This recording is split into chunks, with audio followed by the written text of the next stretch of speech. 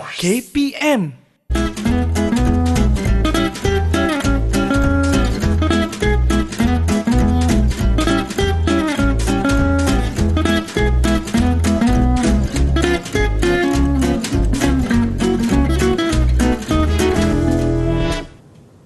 Salam sejahtera semua, apa khabar? Saya Chris MJ temankan anda di slot pentaksiran sumatif. Dan apakah yang akan kita bincangkan pada hari ini?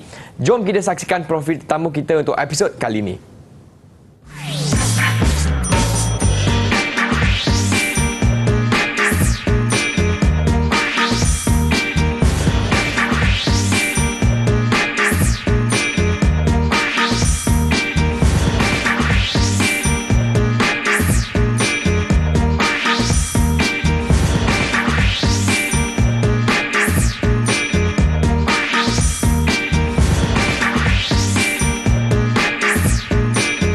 Baiklah semua, untuk episod kali ini saya bersama dengan Encik Mat Som selaku Ketua Penolong Pengarah Kanan di Sektor Pembinaan Instrumen Akademik Kementerian Pendidikan Malaysia. Apa khabar Tuan? Alhamdulillah, sihat walafiat. Okey, sana hari Tuan pun dah sedia segak sangat untuk perbincangan kita pada hari ini. Tapi sebelum kita teruskan Tuan, saya juga ingin ucapkan selamat datang kepada Cikgu Suhaili selaku Juru Bahasa Isyarat kita untuk episod kali ini. Hai Cikgu. Okey, baiklah Tuan. Tanpa melengahkan masa lagi, apa kata kita teruskan dengan topik kita Cikgu, iaitu pembinaan item. Silakan. Terima kasih Chris. Assalamualaikum warahmatullahi wabarakatuh dan salam sejahtera. Sidang penonton yang dihormati sekalian, pada hari ini insya-Allah saya akan kongsikan bersama-sama tuan-tuan dan puan-puan berkaitan dengan pembinaan item. Kita mulakan dengan slide yang pertama. Okey, sebenarnya tajuk besar kita ialah di sini berkaitan dengan pembinaan instrumen. Tetapi sebelum kita menerangkan apa instrumen itu, sebenarnya di dalam instrumen itu terdapat item yang menjadi komponen utama kepada instrumen itu. Maknanya kalau tanpa item, instrumen itu tidak akan menjadi dan tidak akan bermakna. Jadi tuan-tuan dan puan-puan, sebelum kita melangkah lebih jauh, sebenarnya instrumen itu berkaitan dengan pentaksiran. Apakah itu pentaksiran? Kita berkenalan dulu dengan pentaksiran. Baiklah. Pentaksiran ini merupakan proses untuk kita mendapatkan maklumat. Maklumat dan juga membuat penghakiman, dan penghakiman yang kita buat itu ialah berkaitan dengan produk sesuatu proses pendidikan. Kita teruskan, apakah yang dikatakan dengan proses tadi? Proses itu sebenarnya ialah satu susunan langkah ataupun tindakan yang sistematik yang dilakukan untuk mendapatkan hasil yang dikehendaki ataupun hasil yang diperlukan. Hasil yang kita perlukan itu ialah kita nak tahu setakat mana anak murid kita dah tahu, dah faham dan dah boleh buat sesuatu bidang mata pelajaran yang dipelajari dalam satu-satu tempoh. Maklumat yang maklumat yang berita ke atas tuan. Maklumat yang dimaksudkan di situ ialah evidence. Evidence ni yang menggambarkan prestasi murid dalam sesuatu perkara yang ditaksir. Dalam kata lain, evidence ni sebenarnya merujuk kepada respon murid. Kalau kita bagi mereka instrumen pentaksiran, murid ini akan memberi respon. Respon itu dalam bahasa yang paling mudah kita taksirkan ataupun kita tafsirkan dia sebagai jawapan murid. Daripada jawapan murid itulah kita dapat tahu apa yang murid kita dah tahu, dah faham dan dah boleh buat. Kalau dia boleh jawab dengan baik, maknanya pengetahuan dia, kefahaman mereka sangat bagus. Tapi kalau dia jawab dengan kurang baik, maknanya tahap pengetahuan, pemahaman memang masih di tahap yang rendah. Kemudian kita akan membuat penghakiman. Penghakiman itulah pertimbangan tentang pencapaian murid. Jadi dalam bahasa yang paling mudah, kalau penghakimannya kita nak laporkan apa yang anak murid kita dah capai, tahap penguasaan mereka.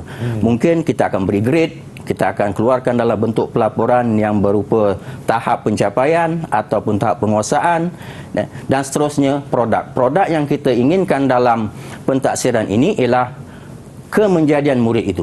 Kemenjadian murid itu yang akan meliputi bidang pengetahuan, kemahiran kognitif mereka, nilai, adab, Itulah yang kita harapkan dalam proses pentaksiran ini, sebab kita nak menguji apa yang anak murid kita dah tahu, dah faham dan dah boleh buat setelah mereka ini melalui satu-satu proses pendidikan.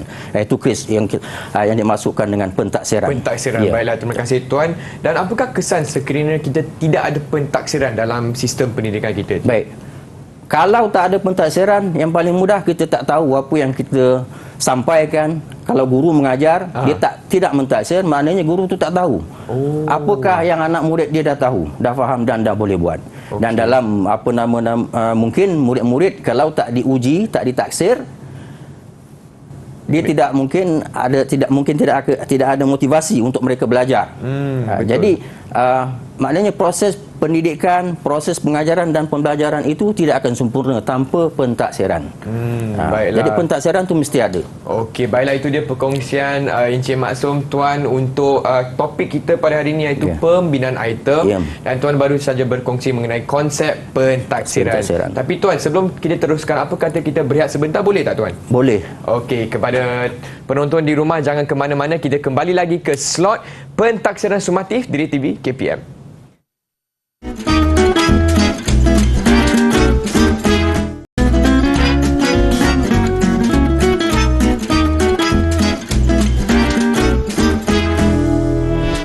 Apa khabar semua? Kembali lagi di slot pentaksiran sumatif bersama saya Chris, MJ dan juga Encik Maksum untuk topik kita pada hari ini, iaitu pembinaan item. Baiklah Tuan, apakah topik kita atau subtopik kita untuk segmen seterusnya Tuan? Silakan. Okey. Subtopik kita yang seterusnya, Chris, iaitu apakah instrumen. Dalam pentaksiran ini mesti ada instrumen. Instrumen tu kita kenali sebagai instrumen pentaksiran. Tanpa instrumen kita tak akan mampu untuk mentaksir. Jadi kalau kita lihat di situ, instrumen itu merupakan alat ataupun kaedah ataupun pendekatan ataupun mekanisme yang kita gunakan untuk mendapatkan respon yang akan menjadi evidence ke perkara yang ditaksir. Jadi dalam konteks ujian bertulis, biasanya instrumen ini berbentuk kertas soalan. Kertas soalan. Dia ada pelbagai bentuk pentaksiran, tapi bergantung kepada pentaksiran itu mungkin instrumen dia akan berbeza. Jadi instrumen itu ialah alat yang kita gunakan. Kemudian terdapat pelbagai bentuk instrumen. Dalam ujian bertulis ataupun kebiasaannya ujian sumatif, kita banyak menggunakan kertas soalan. Kertas soalan, ya. Dan kalau bergantung kepada sesuatu pentaksiran itu, mungkin kita boleh gunakan borang soal selidik. Kita menggunakan juga alat-alat seperti jam randik untuk kita mengukur kecerdasan murid dan kepantasan dan sebagainya. Tapi kalau kita melibatkan ujian bertulis, yang biasa kita gunakan ialah kertas soalan. Dan instrumen ini juga merupakan alat pengujian yang mengandungi beberapa item ataupun soalan. Soalan-soalan itulah yang akan berfungsi untuk menguji apa yang kita nak taksir ataupun apa yang kita nak taksir dalam diri murid. Kemudian instrumen ini akan ditadbirkan secara tekal menepati piawai lembaga peperiksaan. Tekal maksudnya jadual dia kita susun dengan sistematik, kemudian pelaksanaan dia, masa dia, semua kita kawal dan kita kontrol. Itu yang kita katakan instrumen. Jadi kertas soalan merupakan salah satu contoh. Salah satu, ya. Salah satu. Bukan kertas soalan saja, instrumen itu banyak lagi. Bergantung kepada apa bentuk pentaksiran yang kita buat. Baiklah Tuan. Yang tak ada kertas soalan pun mungkin. Ya. Ada juga kan seperti yang Tuan beritahu tadi, jam randi, borang soal selidik. Betul. Okey, faham. Kadang kalau saya tanya, okey Chris, bila kita merdeka? 31 Ogos 1957. Okey, tak ada kertas soalan. Itu pun pentaksiran. Pentaksiran sudah berlaku. Faham. Mana saya tahu, Chris dah tahu. Dah faham. Itu dia dapat respons murid lah. Ya, dapat respons murid. Betul. Seterusnya. Tadi saya sebut item. Item ini merupakan komponen yang paling penting dalam instrumen. Kalau tanpa item, instrumen tu tak ada makna lah. Tak ada menjadi apa-apa. Jadi item ini ialah perkara atau alat yang digunakan untuk mendapatkan respons yang merupakan maklumat yang boleh dipertimbangkan dalam pentaksiran ataupun pengukuran konstruk. Jadi item ini dalam bahasa yang paling mudah kita sebutkan dia sebagai soalan. Tuan, nak tanya sikit, apakah maksudnya konstruk? Okey, konstrak ni dalam pentaksiran kita sebenarnya bukan mentaksir kandungan mata pelajaran semata-mata. Sebenarnya kandungan pelajaran tu kita gunakan untuk mengukur konstrak ini, untuk mentaksir konstrak. Okey. Konstrak ini paling asasnya boleh terdiri daripada konstrak pengetahuan. Satu. Yang kedua, pemahaman. Yang ketiga, kemahiran. Kemahiran yang disebutkan di sini kalau ujian bertulis tu dia lebih kepada kemahiran kognitif. Kemudian konstrak yang seterusnya nilai. Itu yang paling basic. So, dia bergantung kepada disiplin sesuatu mata pelajaran. Mungkin konstrak dia lebih banyak. Itu konstrak. Maknanya perkara yang kita nak bangunkan dalam diri murid ataupun domain yang kita nak bangunkan dalam diri murid itu. Itu maksud konstrak. Faham? Terima kasih tuan. Terima kasih. Baiklah, seterusnya. Item yang kita sebut item tadi sebenarnya ada dua klasifikasi item ataupun dua klasifikasi soalan. Yang pertama adalah klasifikasi yang kita kenali sebagai pengingatan ataupun recall. Dia hanya memerlukan pengingatan, hafalan. Jadi murid memerlukan pengingatan. Jadi item-item yang berbentuk ini hanya memerlukan murid mengingat dan kemudian menjawab. Kalau dia tak ingat memang dia tak boleh jawab lah. Yang ini penting untuk mata pelajaran sejarah, betul tak? Betul. Apa-apa mata pelajaran pun dia kena ada juga maklumat termasuk. Kena ingat. Kemudian pemikiran ataupun thinking. Item yang ini memerlukan murid memiliki kemahiran pemikiran untuk menjawab soalannya. Walaupun dia dah ada fakta-fakta dalam pemikiran mereka, tetapi perlu juga ada pemikiran untuk mereka mengolah, mengulas, menilai dan sebagainya. Dan tuan, biasanya berapakah pembahagian antara item pengingatan dengan item pemikiran dalam sesuatu instrumen, tuan? Ya, terima kasih Chris. Sebenarnya untuk pemberatan ini kita tidak ada satu spesifik angka yang khusus kerana ia melihat kepada kandungan kurikulum. Kandungan kurikulum. Dalam kandungan kurikulum itu terdapat standard pembelajaran. Daripada standard pelajaran itu mungkin berpuluh-puluh standard pembelajaran. Kita teliti satu persatu dan kita lihat konstrak mana tadi yang saya sebut, konstrak mana yang banyak, konstrak mana yang sedikit, dan di situlah kita akan tentukan beberapa pemberatan mereka. Jadi memang tidak ada angka yang spesifik atau khusus. Ya, khusus. Okey, faham. Dia bergantung kepada dokumen standard kurikulum. Sekarang kita panggil dokumen standard kurikulum dan pentaksiran, DSKP. Okey, faham. Baik. Okey, Chris, kita teruskan. Selanjutnya, pembinaan item ini dia banyak peringkat, banyak proses, memakan masa yang agak lama. Dan tidak semudah itu ya tuan-tuan dan puan-puan, sebab dia akan melalui beberapa peringkat. Pertama sekali kita akan melaksanakan mesyuarat panel. Mesyuarat panel ini kita pilih dari kalangan guru-guru. Kita lantik guru-guru yang berwibawa, berpengalaman, dan option dia memang option mata pelajaran yang kita nak bina soalan itu, mengajar mata pelajaran berkenaan. Dan satu lagi perkara yang kita titik beratkan di sini ialah bukan penulis buku. Kalau dia menulis buku bagi ceramah memang kita tak libatkan. Yang kedua, persediaan pramesyuarat. Persediaan pramesyuarat ini pegawai-pegawai mata pelajaran dikena sediakan tugasan untuk panel, semak jadual spesifikasi ujian ataupun GSU. Dan yang ketiga, semasa mesyuarat panel mesti ada penilaian idea ataupun item, bahan rujukan mencukupi, borang akta rahsia rasmi boleh kena diisi oleh panel-panel ini. Borang akta rahsia rasmi 1972 yang berkaitan dengan akta 88, iaitu perkara 81 dan perkara 82.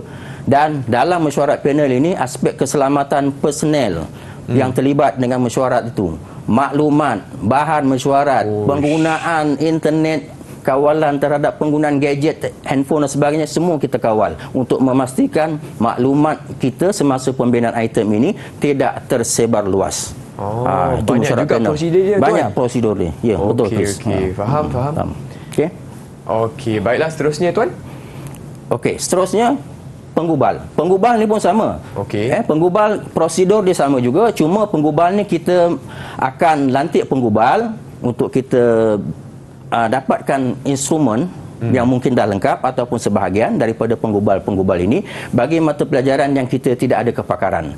Tapi proses pemilihan dia sama, melibatkan guru-guru yang berwibawa yang memang mengajar mata pelajaran itu dan option, dan juga terlibat mereka juga perlu mengisi borang akta rahsia rasmi dan juga menandatangani borang tadi, sebab kita nak kontrol supaya maklumat yang berkaitan dengan item tadi tidak tersebar luas, ya. Jadi pegawai-pegawai yang terlibat dengan mata pelajaran tersebut kena mengantarkan arahan kepada panel-panel penggubal ini, dan kemudian kita dapat menerima item ataupun draft item yang diberikan oleh penggubal ini, kemudian kita akan nilai. Okay. Jadi dua kaedah lah. Kalau kita tak ada panel bagi mata pelajaran yang kecil-kecil ni, yang populasi dia tak ramai, kita gunakan penggubal soalan. Faham. Baiklah tuan, terima kasih atas perkongsian anda. Kepada semua penonton, kita akan berehat sebentar, tapi jangan ke mana-mana. Kembali lagi bersama Encik Maksum untuk pentaksiran sumatif pembinaan item Didik TV KPM.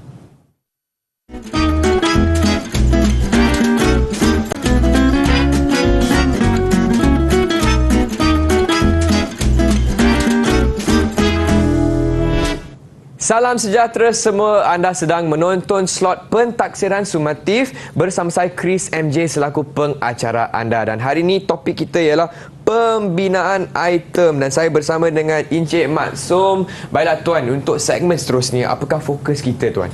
Okey, segmen seterusnya Chris, kita akan fokus kepada penilaian item. Baiklah. Tadi kita ada banner.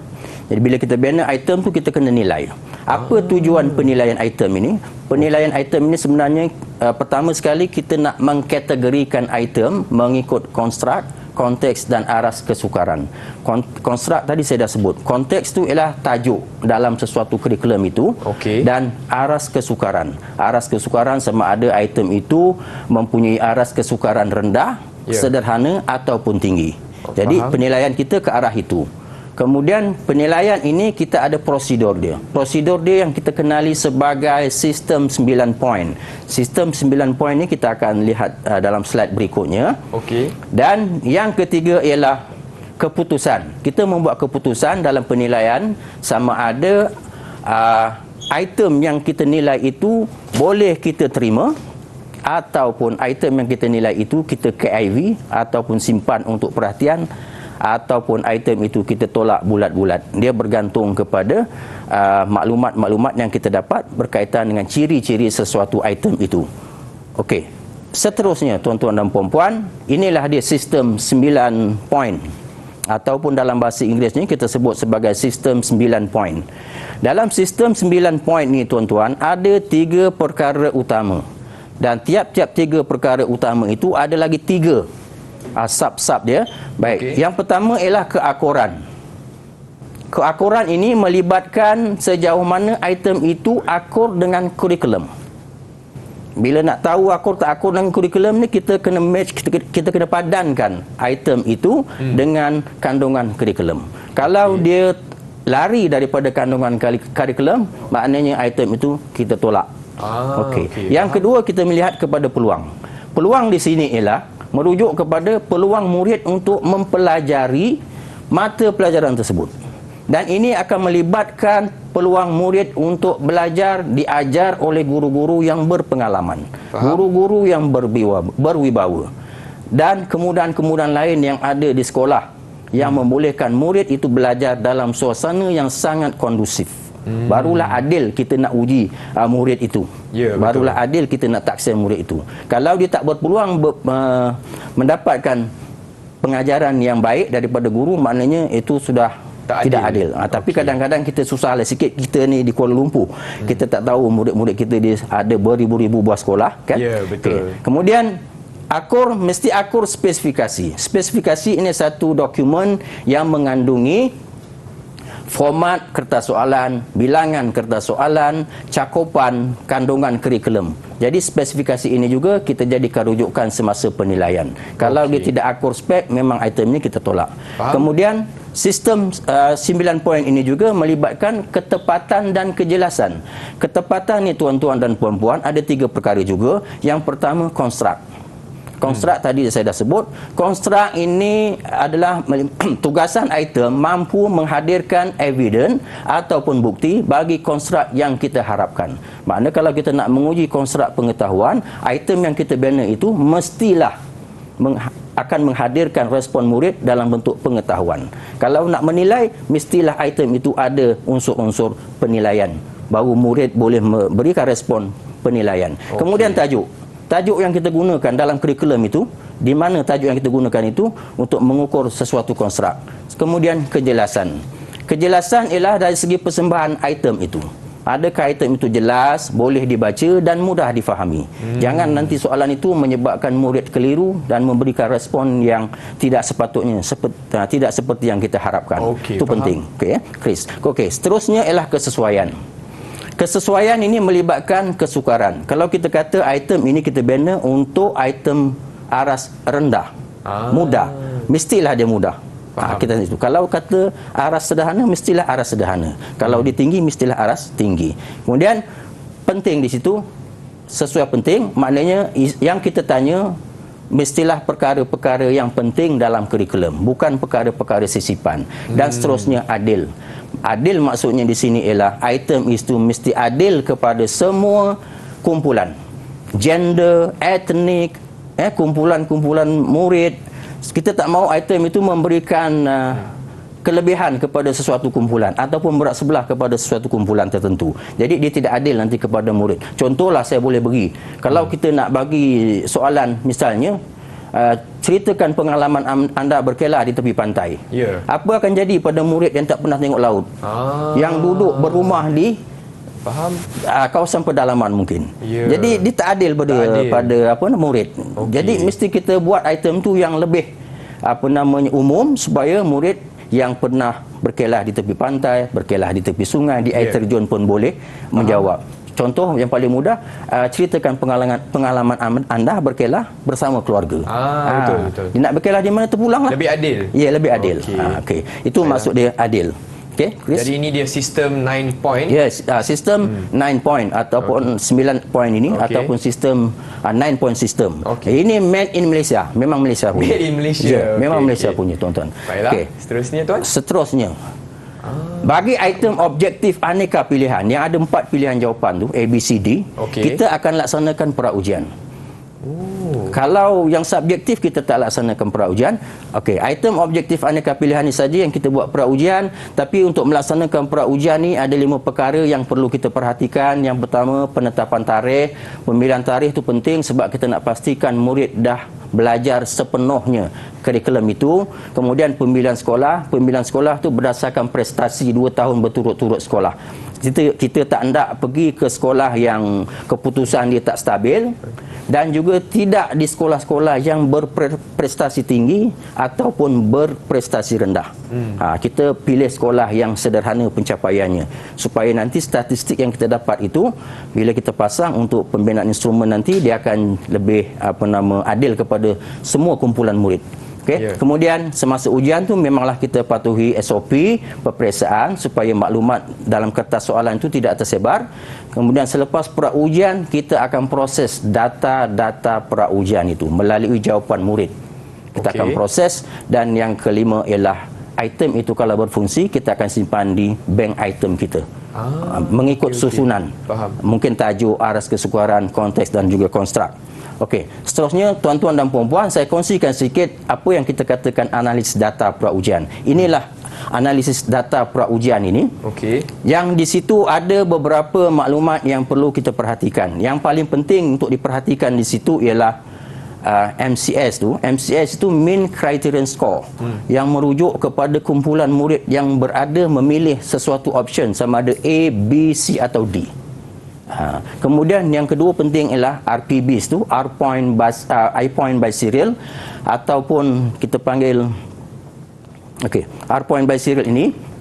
R point by serial ini adalah rush model, dan di sini kita dapat melihat kefungsian setiap item, kefungsian item itu untuk mendiskriminasi murid mengikut kumpulan pencapaian tadi. Bukan discriminate maknanya yang negatif, tapi kita nak bezakan adakah item ini boleh dijawab oleh murid pandai ataupun murid sederhana boleh jawab, dan kita akan perhatikan juga pada MCS itu. Jadi maklumat-maklumat ini tuan-tuan dan puan-puan sangat penting. Dan akhir sekali itu delta. Delta itu ialah aras kesukaran. Aras kesukaran itu merujuk kepada yang kalau dalam skrin tu mungkin tuan-tuan boleh tengok yang berwarna hijau gelap tu, itu ialah jawapan. Jadi semua maklumat tentang kemenjadian item tu kita rujuk juga pada jawapan itu, dan soalan ni jawapannya ialah C tu. Jadi dia ada P di situ ialah P value. P value ini peratusan murid memilih option itu. Kalau yang pilih C itu 58.7%. Dan MCS itu memang murid pandai berada di situ. RPB itu item ini sangat mendiskriminate, dan delta dia sederhana. Sederhana. Dan data-data ini satu contoh item yang memang berfungsi setelah kita pra-ujikan, dan item-item seperti inilah yang kita akan simpan dalam bank item kita. Manakala kalau yang tak menjadi itu, kita akan pra-ujikan semula lah. Mungkin. Okey, faham tuan. Baiklah. Chris. Terima kasih tuan. Nampaknya kita telah pun tiba ke penghujung rancangan kali ini. Tapi sebelum itu, boleh tak tuan kongsikan rumusan yang ringkas mengenai topik yang telah kita bincangkan hari ini? Silakan tuan. Okey, terima kasih Chris. Sebenarnya tuan-tuan dan puan-puan, dalam sesuatu instrumen pentaksiran itu mesti ada item. Item ini mestilah menepati piawai lembaga peperiksaan seperti mana yang telah saya terangkan tadi, dan proses pembinaannya memang memakan masa yang agak lama kerana ia melibatkan pembinaan, penilaian, dan kalau item objektif aneka pilihan ini melibatkan pra-ujian. Kemudian daripada pra-ujian itu kita akan analisis data. Daripada analisis data inilah baru item-item itu kita simpan dalam bank item untuk tujuan pemasangan instrumen. Okey, baiklah tuan. Dengan itu saya ingin ucapkan ribuan terima kasih kepada Encik Mat Som untuk slot kita pentaksiran sumatif hari ini, dan kita akan jumpa lagi hanya di Direct TV KPM. Bye semua.